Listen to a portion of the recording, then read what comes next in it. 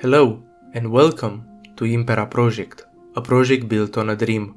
Here at Impera Project we love video games. We don't really have that much time lately to stay the whole day indoor and play on our computer, and for sure we don't have the ability to pull all-nighters raiding in World of Warcraft like we used to. But every now and then we catch a small moment of respite in which we engage in the old art of gaming. After books, we believe that video games are indeed the best way to express a story, as it gives free rein to the writers to do whatever they want, and also find interesting ways to involve the player in the story. Today we want to discuss with you about a masterfully executed story that has been tormenting us with its quality, making us really invested into the whole narrative. We are not exactly fans of horror experiences, but we absolutely adore when a story manages to instill a feeling of existential dread into its viewers. So, after many replays and combinations of choices, we finally feel free to discuss in depth about the philosophy of Slay the Princess. But before we start this video, we would appreciate it if you'd press that subscribe button, turn on the notifications, leave a like, a share and a comment if you want to hear more from us. We appreciate your curiosity and disposition to learning new things. And also, if you think what we are saying here is actually interesting, go and support the developers of this masterpiece. Thank you very much, and now, without any further ado, let's get started. The premise, the starting point of the story in Slay the Princess, is pretty straightforward. You're on a path in the woods, and at the end of that path is a cabin.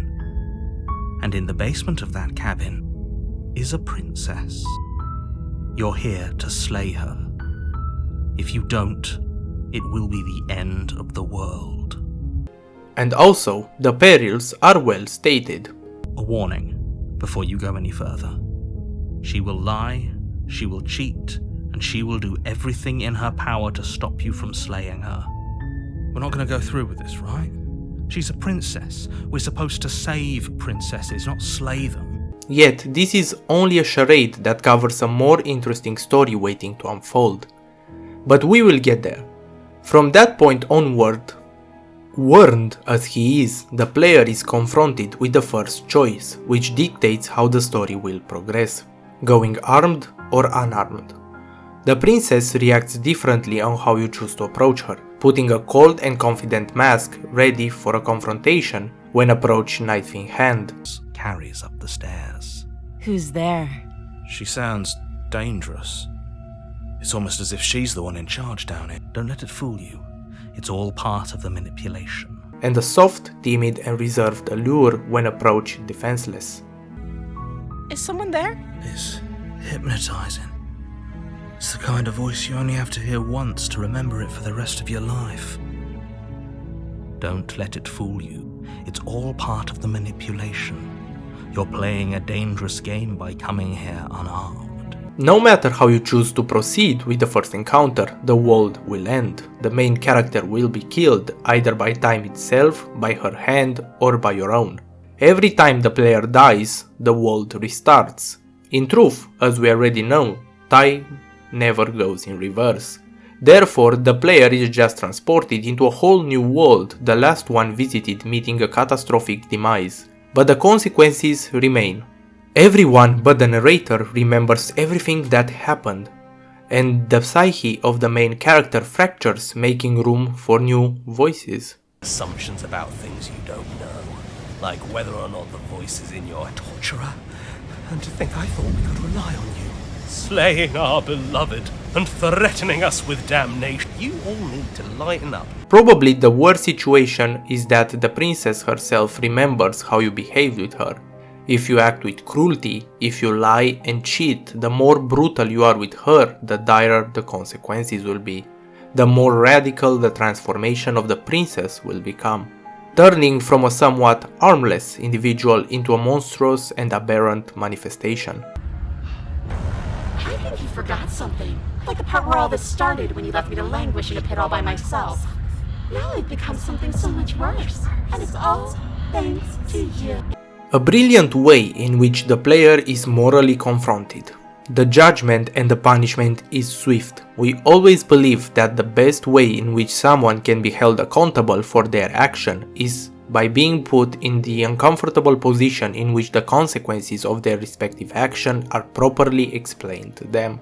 Slay the princess puts you in a very interesting moral dilemma. You are presented with a black and white situation. Kill the princess or the world ends. The narrator is especially careful not to give any more details regarding the situation, and only through optional exploration and by witnessing as many scenarios as possible can the player fully comprehend the true story behind these paranormal situations. But taking it only at face value, this itself represents an interesting moral question, similarly to the good old trolley problem. If killing a seemingly defenseless person can save the world, should you do it?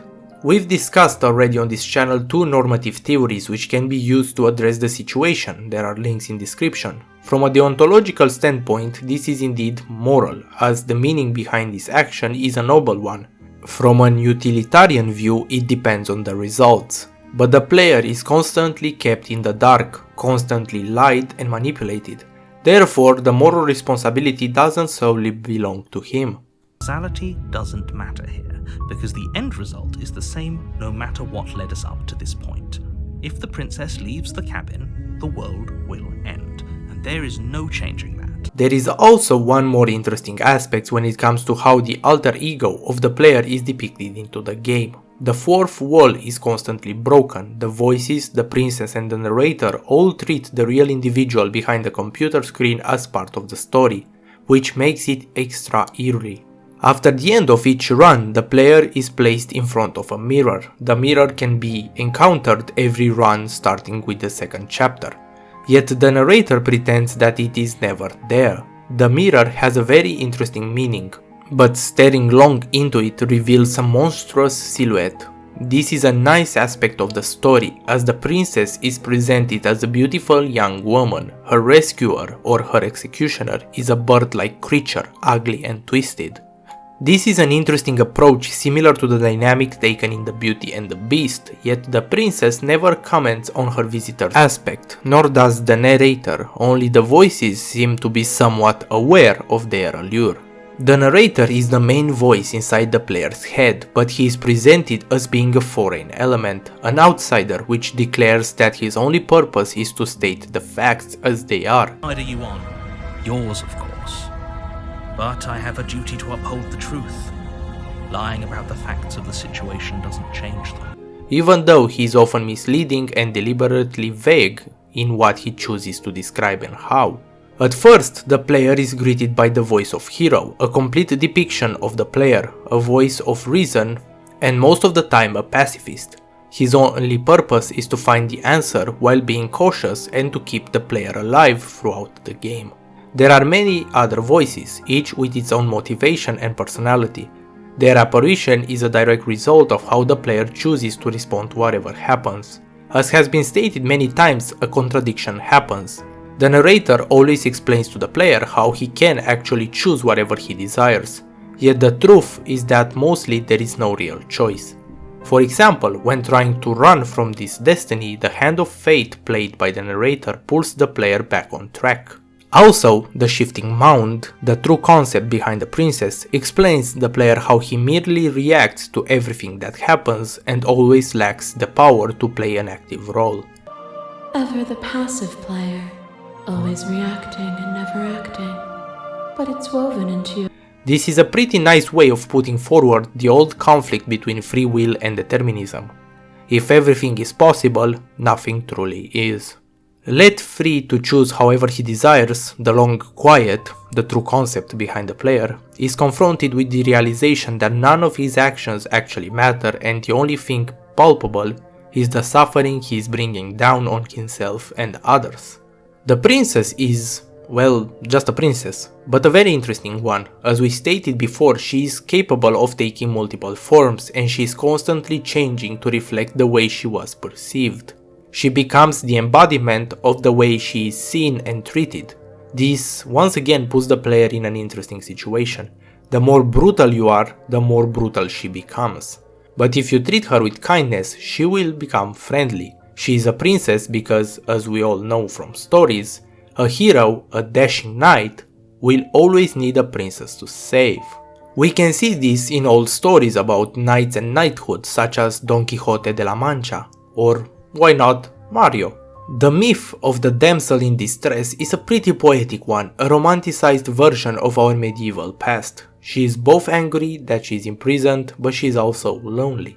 Every run, every loop that happens presents a new side of her, just as it presents a new side of the long quiet. Her anger becomes extreme in some stories, literally being able to pervert her into an animal or a demon, but most of the time the princess, no matter how the player has betrayed and abused her, is able to give a second chance, proving that, above all, she longs for kinship. She is a contradiction, as admitted, as being presented as extremely self-centered in some forms or extremely low on self-esteem in others. But the macro story actually explains why the long quiet, the player and the princess are so close to each other and why one cannot exist peacefully without the other. They are caught in an endless struggle, a bloodthirsty fight, yet they cannot be apart. The game opens with the following screen. And yes, this is truly a love story. It truly is a love story from many points of view. In different scenarios, the princess seems to be in love with the main character, but it is also a story of loneliness and scarcity. As we already stated, the protagonist is called the Long Quiet, a monstrous bird-like creature with sharp nails and crooked fingers just like talons. The Long Quiet is a pawn created by the narrator, which is called the Echo. The whole purpose of you as the player is to control the Long Quiet in order to completely destroy the princess, which is called the Shifting Mound. Now the story becomes a battle between change and preservation. Your mission becomes to kill death, to create a world in which death and change do not exist. A completely unnatural realm that stays in a static form forever. Every time you actually manage to kill the princess without getting killed as well, you are rewarded with an endless void behind the cabin's door. That's the whole point of forever. It doesn't end. You continue to fall. I feel sick. It doesn't have to be forever. What do you mean? We still have a way out. Clutched in. Are you suggesting we kill ourselves? A world in which change does not exist is an empty void, as everything we see is endless change. The Echo, which embodies the narrator, is a representation of God. Of gods in general if you want. The whole story is a construct, an abstract embodiment of the will of its creator, the Echo, to completely remove death from existence. None of the beings presented are real, just mere perspectives, opinions, philosophical debates of such an abstract concept as change. Yet the Echo seems to be, as the name implies, someone that obtained godhood after his world was doomed to be destroyed, tearing asunder the circle of life and death in a fruitless attempt to preserve what was lost forever. Before finishing the game, he is presented in a shattered mirror, as a bird. He is not alive, just a forgotten piece of something that once was. He is hurt, but he cannot hide his pain. He tries to be calm, narrating whatever he believes is the objective truth, while purposely hiding what he thinks is a lie. I'm not lying to you. Use your eyes. There is no mirror. Why would I lie about something so meaningless? What good would it even do? Maybe he's trying to keep us from looking because there's something horribly wrong with us. Such as the mirror on the wall.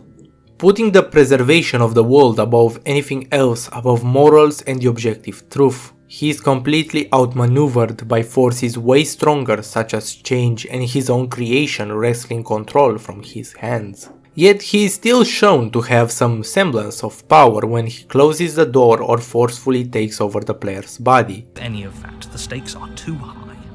You can't just let her escape into the world.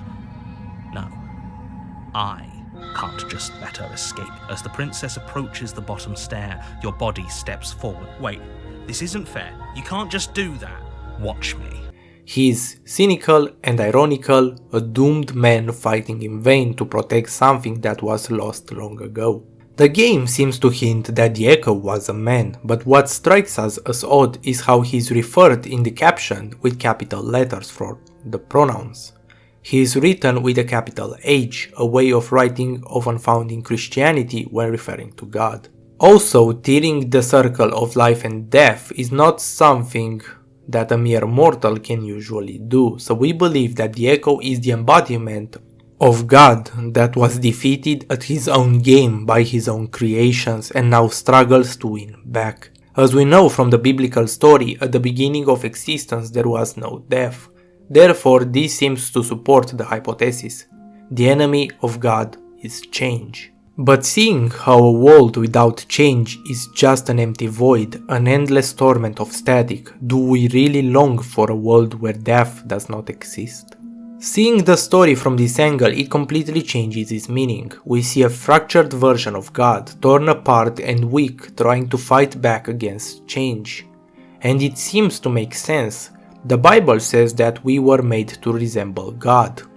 And imagine how sad you would be if your creation was destroyed. You would probably want to do anything in order to preserve its state. Everything in the story of Slay the Princess is a matter of perspective. As seen in the first screen, there are no wrong decisions, there are only fresh perspectives and new beginnings. It is a story about love, a story about making whole again what was once fractured. A story of sadness, of loneliness, and of weakness. But there is also a story about bravery. This duality of life and death is often found in many myths and stories. The myth of Hades and how he fell in love with Persephone, the daughter of Demeter, the goddess of nature in ancient Greece. Life and death are often perceived as opposites, different faces of the same coin. Yet that couldn't be further from the truth, as they are the same. No matter how you choose to interpret what was shown in this game, it is a brilliant work that comes together with beautiful art, with a fantastic soundtrack, and something that will leave you wondering for much time to come. We want to congratulate the great people from Black Tabby Games for creating such a beautiful and meaningful piece of art that truly managed to amaze us. This is enough for now. If you enjoyed this video, don't forget to leave a like, share and subscribe, and we will gladly see you next time.